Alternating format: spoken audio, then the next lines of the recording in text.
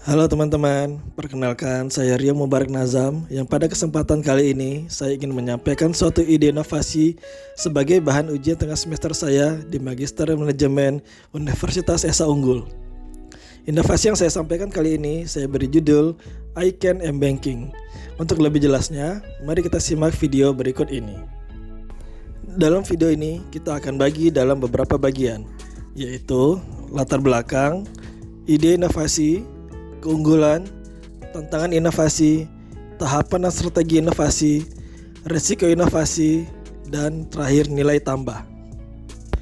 Latar belakang ide ini ialah di mana pada awalnya penyandang tunanetra masih dianggap sektor yang kurang potensial bagi sektor perbankan. Karena berdasarkan data Persatuan Tunanetra Indonesia, 80% dari tunanetra usia dewasa yang masih bekerja sebagai peminjam tradisional dengan income yang rata-rata masih rendah. Menurut estimasi Kementerian Kesehatan Republik Indonesia, jumlah tunanetra di Indonesia adalah 1,5% dari seluruh penduduk Indonesia, atau sebesar 4,1 juta orang, baik dari kategori buta maupun lemah penglihatan. Persatuan Tunanetra Indonesia mendapati selama ini masih banyak tunanetra yang ditolak saat akan mengakses layanan perbankan. Namun, seiring dengan berkembangnya teknologi, tidak sedikit dari penyandang tunanetra yang memanfaatkan kesempatan ini. Di antaranya yaitu 1. Pemberdayaan penyandang tunanetra melalui komunitas entrepreneur disabilitas netra atau EDN di Bandung dengan melakukan bisnis online yang memiliki omset jutaan rupiah.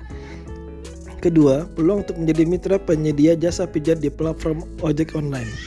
Ketiga, aktivitas-aktivitas tersebut membuat para penyandang tunanetra bisa mengakses layanan perbankan secara mandiri untuk menghindari penyalahgunaan dari pihak yang tidak bertanggung jawab, seperti penipuan dan pencurian. Berdasarkan latar belakang tersebut, timbul ide untuk menciptakan suatu proses mobile banking yang ramah bagi penyandang tunanetra yang saya beri nama iCan M-Banking. Mengapa iCan M-Banking? iCan M-Banking akan memfasilitasi penyandang tunanetra dalam melakukan transaksi keuangan secara online yang menawarkan beberapa fitur, antara lain menjalankan aplikasi mobile banking dengan perintah suara dan otorisasi transaksi dengan penggunaan sidik jari. iCan M-Banking ramah bagi penyandang tunanetra dengan beberapa keunggulan, diantaranya 1. Mudah digunakan, di mana sistem ini dirancang dengan cara pengoperasian yang sangat sederhana sehingga setiap orang dapat menggunakannya dengan mudah. Yang kedua, aman. Keamanan merupakan prioritas utama kami untuk menjaga segala data dan transaksi yang nasabah lakukan, sehingga iCan M-Banking memberikan tingkat keamanan tinggi pada sistemnya. 3. Lengkap. Di sini iCan M-Banking menawarkan seluruh fitur yang terdapat pada mobile banking pada umumnya, sehingga para penyandang tunanetra dapat mengoperasikan fitur yang sama dengan nasabah lainnya.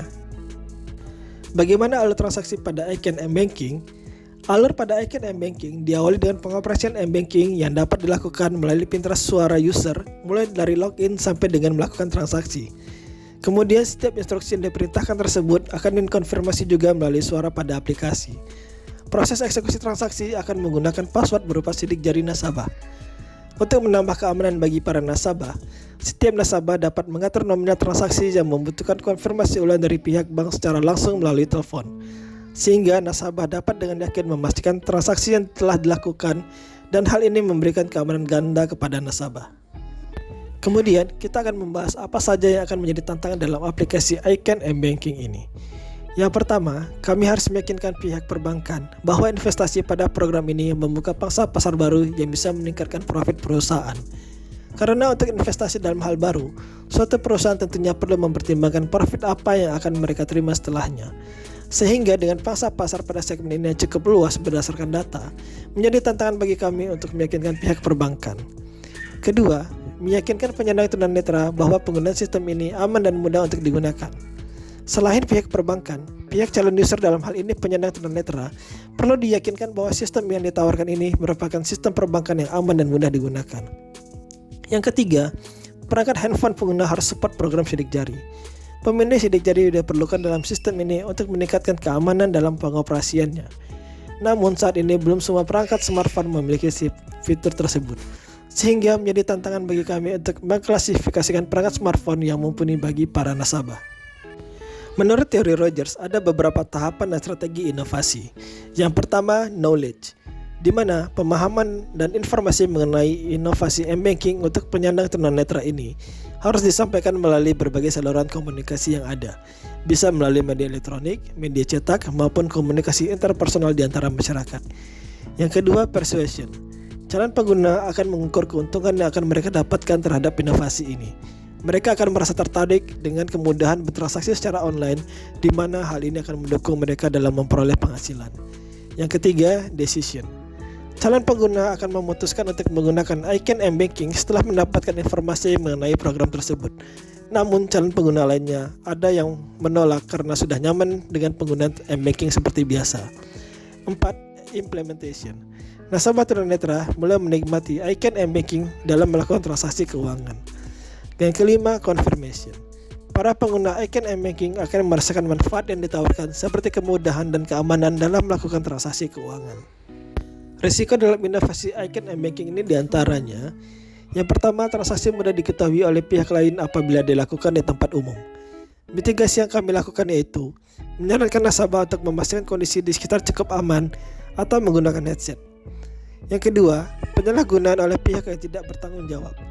Mitigasi yang kami lakukan yaitu melakukan settingan konfirmasi secara langsung dari pihak bank. Kemudian, apa saja nilai tambah yang akan diterima nasabah apabila menggunakan icon m-banking ini? Yang pertama, penyandang tunanetra dapat melakukan aktivitas perbankan secara mandiri. Yang kedua, meningkatkan aktivitas ekonomi secara umum. Dan yang ketiga, mendorong penyandang tunanetra untuk lebih aktif dalam berkarya untuk meningkatkan taraf hidup. Demikian ide inovasi yang kami sajikan kali ini. Semoga bermanfaat dan dapat menjadi inspirasi bagi kita semua. Terima kasih.